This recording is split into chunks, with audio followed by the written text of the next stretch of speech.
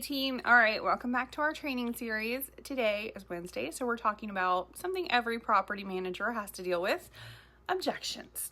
Whether you're in an actual presentation where you're trying to get that property management agreement signed, or you're trying to win over a new owner or something like that, you're going to hear some concerns, some doubts, and some flat out pushback, especially when they're first calling and they're talking to you over the phone.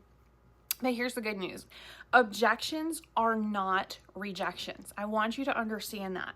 They're just questions in disguise, really. So it's not that you have to fight off objections or feel rejected. That's not what this is. They just don't have the information, and you're the one that needs to help them with that. Okay, so if you know how to handle these things with confidence and creativity and be very transparent, you're going to turn those no's into yeses. Hopefully, before you even hear the objections, you'll have already answered those questions and you'll never even hear them. So let's go ahead and jump right into it. All right, let's say you're going to have a property management agreement presentation, PMA presentation. You're going to say all this stuff and they're going to say, your management fee is just too high. So-and-so promised me whatever percentage. Okay, that's nice that they're going to do it for less, but really, oftentimes you get what you pay for. We have a lot of things. We are a boutique brokerage, which means we work on service above anything. And if saving 2% or 3% was the best way to protect your largest investment, I'd tell you to go with them. But here's the truth. Cheap management costs way more in the long run. We don't compete on price, we compete on results. Our systems prevent vacancies, they reduce evictions, and they protect your property value because we are extremely proactive.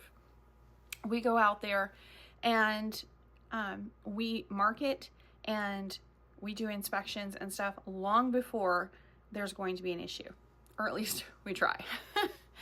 That extra 2% is really, it's an insurance policy against a nightmare tenant or a 6-month vacancy.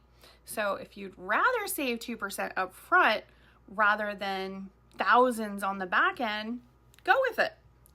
It's really up to you. There's a lot of different choices out there, and you really have to decide which one is the best for you.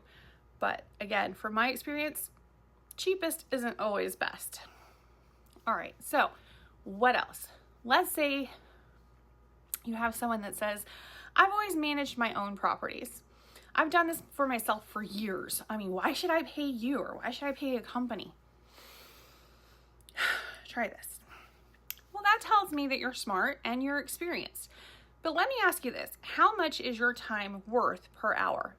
If you can make $50 an hour and you're spending 20 hours a month chasing rent, handling maintenance calls, and doing all of the showings and the bookkeeping and everything, well, that's $1,000 a month of your time. Our fee is way less than that. Way less than that. And you get your evenings and weekends back, which means people aren't going to be calling you saying, hey, my toilet's running or something like that. They call us for that. So wouldn't you rather work on your portfolio and expanding your portfolio, or spending more time with family or your hobbies or other activities rather than in the portfolio? I mean, it's up to them, but really it is very time consuming. Speaking as an owner. All right, what about this? I don't want tenants ruining my home. That is a valid concern. So let's take this one. Tenants never take care of a property like an owner would. I would want you to know that up front. Most tenants don't baby the house like you would. But that's also why we have a strict screening, very proactive inspections, and very enforceable leases. Our goal is to protect your investment that you're placing in our care, and we take very seriously. So when you get that investment property back, it's in great shape. You're not hiring us to make tenants fall in love with the house.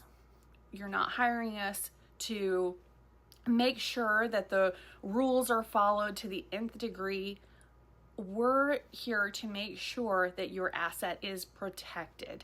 And we're going to make sure that we don't have any weird things happen, like grow houses or something. We've never had anything like that because we are very upfront about how we go and do inspections regularly. So we really bypass any of that stuff. All right, so what if an owner says, I don't like that you choose the tenant, or I don't like the tenant that you chose. I want to approve all the tenants myself. We've had that one. We've had that one even recently. I tell them, look, I totally understand. It's your house.